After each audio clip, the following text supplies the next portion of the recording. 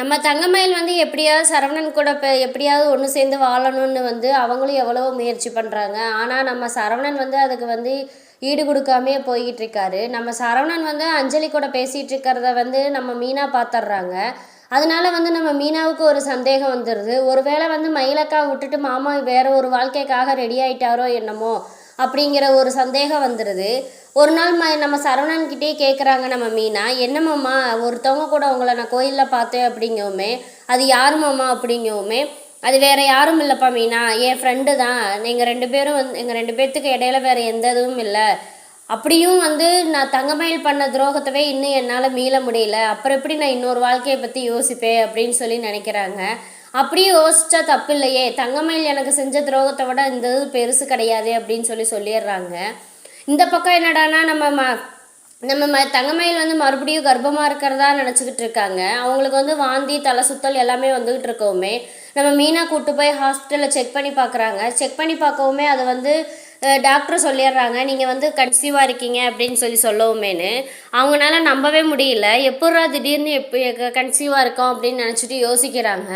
அப்புறம் வந்து ரொம்ப சந்தோஷமாகவும் நம்ம மயில் வந்து ரொம்ப சந்தோஷமாக இருக்காங்க. இந்த விஷயத்தை எப்படியாவது முதல்ல மாமாட்ட சொல்லணும், மாமா கிட்ட சொன்னால் கண்டிப்பாக குழந்தைக்காக நம்மளை மறுபடியும் ஏற்றுக்குவாங்க அப்படின்னு சொல்லி நினச்சிக்கிட்டு இருக்காங்க.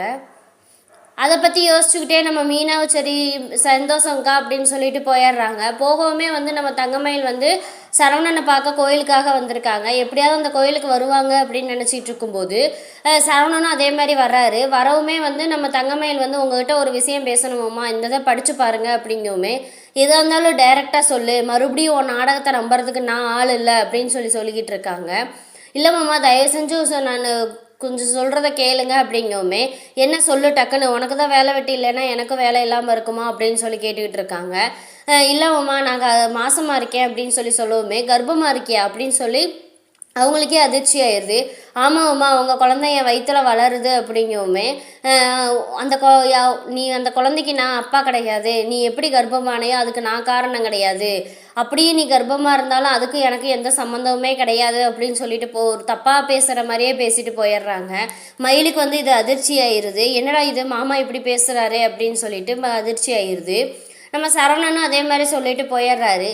இந்த சைடு என்னடானா நம்ம காந்திமதி வந்து குமாரோட நிச்சயதார்த்தத்தை நிறுத்தினால நம்ம சக்திவேல் வந்து கோவப்பட்டு காந்திமதியை வந்து வீட்டை விட்டு விரட்டிடுறாங்க. நம்ம கோமதி வீட்டில் போய் ஆதரவாக இருக்காங்க. நம்ம கோமதி தான் கூட்டிகிட்டு போய் நம்ம காந்திமதியை வச்சு பார்த்துட்ருக்காங்க. அதில் வந்து பாண்டியனுக்கு என்னடானா ஒரு வார்த்தை கூட நம்மக்கிட்ட கேட்கலையே அப்படின்னு சொல்லி ஒரு கோபம் வந்து நம்ம பாண்டியனுக்கு இன்னும் அதிகமாயிருச்சு. ஒரு சைடு அவங்க அத்தை வந்தது வந்து ரொம்ப சந்தோஷமாக தான் இருக்காங்க. இன்னொரு சைடு பார்த்தா தான் கோமதி ஏன் ஒரு வார்த்தை கேட்கக்கூடாதா என்னை மதிச்சு அப்படின்னு சொல்லி அந்த இதில் ஒரு கோபமாயிருது. அத்தை போய் கெஞ்சிட்டு அவ்வளோ தூரம் பேசுகிறாங்க, அவங்க அப்பா மீசையை முறுக்கிட்டு போகிறாருல, அதனால தான் வந்து எப்படியாவது பேச வைக்கணுங்கிறதுக்காக தான் இப்படி பண்ணேன் அப்படின்னு.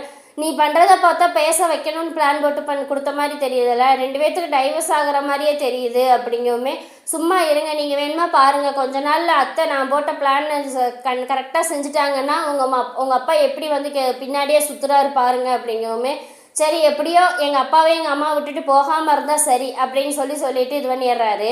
அப்புறம் வந்து நம்ம இங்கே வந்து நம்ம அஞ்சலியும் நம்ம சரவணனும் ரெண்டு பேரும் பேசிகிட்டு இருக்காங்க ஃபோனில். அப்போ வந்து நம்ம மயில் வந்து சரி மாமாவுக்கு ஃபோன் பண்ணி பார்ப்போம் அப்படின்னு சொல்லிட்டு அவங்க ஃபோன்லேருந்து கூப்பிட்டு பார்க்குறாங்க. அப்போ வந்து நம்ம சரவணன் வந்து எடுக்கவே இல்லை, ஆனால் பிளாக் பண்ணி வச்சுருக்கறனால ஃபோன் போகலை.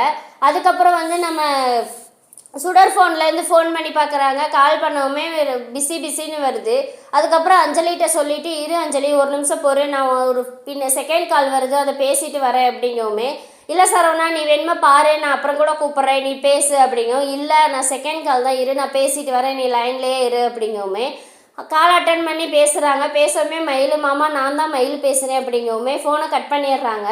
அப்புறம் கட் பண்ணுவோமே நம்ம மயிலுக்கு வந்து சின்ன சந்தேகம் வந்துடுது, நம்மக்கிட்ட பேச பிடிக்கல, ஆனால் இவ்வளோ தூரம் இவ்வளோ நேரம் விடிய எதுக்கு யாருக்கிட்ட மணிக்கணக்காக பேசிக்கிட்டு இருக்காரு ஒன்றுமே புரியலையே அப்படின்னு சொல்லிட்டு வச்சிடுறாங்க. அதுக்கப்புறம் நம்ம சரவணனும் அஞ்சலி பேசி முடிச்சுட்டு இருக்காங்க. இங்கே வந்து நம்ம அரசி வந்து வெளியே நின்று படிச்சுட்டு இருக்காங்க. அப்போ வந்து நம்ம குமார் வந்து அங்கிட்டிருந்து வராரு. வரவுமே வந்து குமாரை வந்து அரசி நின்று பார்த்துட்டே இருக்காங்க. பார்த்துட்டே இருக்கிறப்ப இங்கிட்ட ராஜி வந்து என்ன இவன் தேவையில்லாத வேலையை பார்க்குறான் அப்படின்ட்டு அரசி உள்ளே போய் உட்காந்து படி அப்படின்னு சொல்லிட்டு அனுப்பி வச்சிடுறாங்க.